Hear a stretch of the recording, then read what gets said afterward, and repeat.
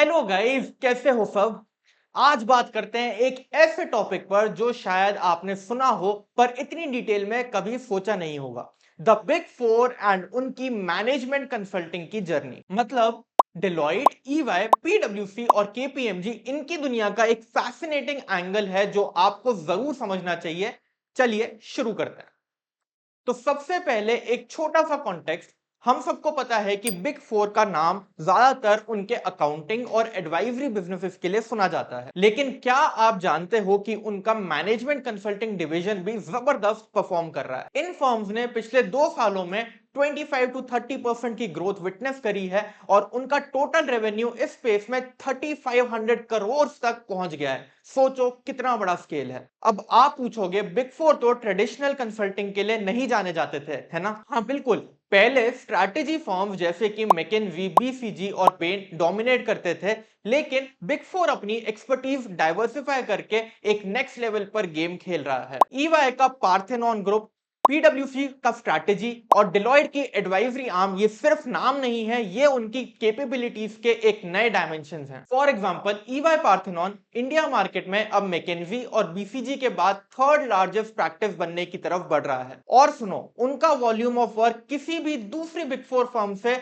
Almost 2 times है। लेकिन ये ग्रोथ कैसे हो रही है? सिंपल। पहले स्ट्रैटेजी फर्म्स छोटी और फोकस्ड असाइनमेंट्स पर काम करती थी, लेकिन अब एग्जीक्यूशन वर्क भी हैंडल करती हैं। वही बिग फोर जो पहले लो कॉस्ट इंप्लीमेंटेशन के लिए जाने जाते थे, अब उन्होंने अपनी एक्सपर्टीज डिजिटल और एनालिटिक्स में भी एक्सटेंड कर ली है। एंड डिजिटल अब कंसल्टिंग में काफी डीपली इंटीग्रेट हो चुका है। एक और इंटरेस्टिंग बात, बिग फोर के प्रोजेक्ट ज्यादातर लॉन्ग टर्म होते हैं। फॉर एग्जांपल, डिलॉयट के अश्विन जेकब कहते हैं कि इनका फोकस टैंजिबल आउटकम्स पर होता है और फीस का एक बड़ा पोर्शन क्लाइंट के बेनिफिट आउटकम से लिंक्ड होता है। अब एक और चीज जो बिग फोर को यूनिक बनाती है वो है उनका मल्टी डिसिप्लिनरी अप्रोच। मतलब इनका टेक, टैक्स और रेगुलेटरी एक्सपर्टीज का सीमलेस कोलैबोरेशन है। एक प्रोजेक्ट में अगर multiple layers of expertise required है, then Big Four can make it happen quite efficiently. PwC के अर्नब बासु का कहना है कि क्लाइंट्स अब डिस्ट्रप्शन और वैल्यू क्रिएशन के इंट्रिंसिक लिंक को समझ गए हैं और बिग फोर की कंसल्टिंग सर्विसेज उनकी डाइवर्स कैपेबिलिटीज के साथ इन अपॉर्चुनिटीज को कैप्चर करने में हेल्प करती है। अब एक और एंगल समझते हैं। ये फर्म्स काम सिर्फ बड़ी बड़ी ऑर्गेनाइजेशंस के लिए नहीं करती, ये मिड साइज बिजनेसेस के बिट्टा और रेवेन्यू बढ़ाने की स्ट्रैटेजीज बनाती हैं,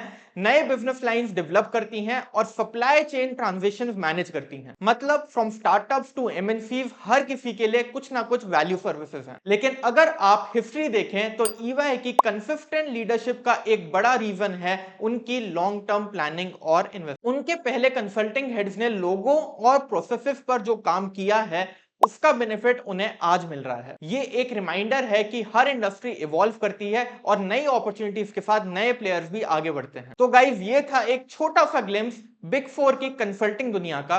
अब बताओ आपका क्या टेक है इस पर। Would you like to work in the management consulting division of big four? Comment करके जरूर से बताना। और हाँ, अगर वीडियो अच्छा लगा हो तो लाइक कर दीजिए, शेयर कर दीजिए और सब्सक्राइब करना चैनल को बिल्कुल मत भूलना। मिलते हैं नेक्स्ट वीडियो में।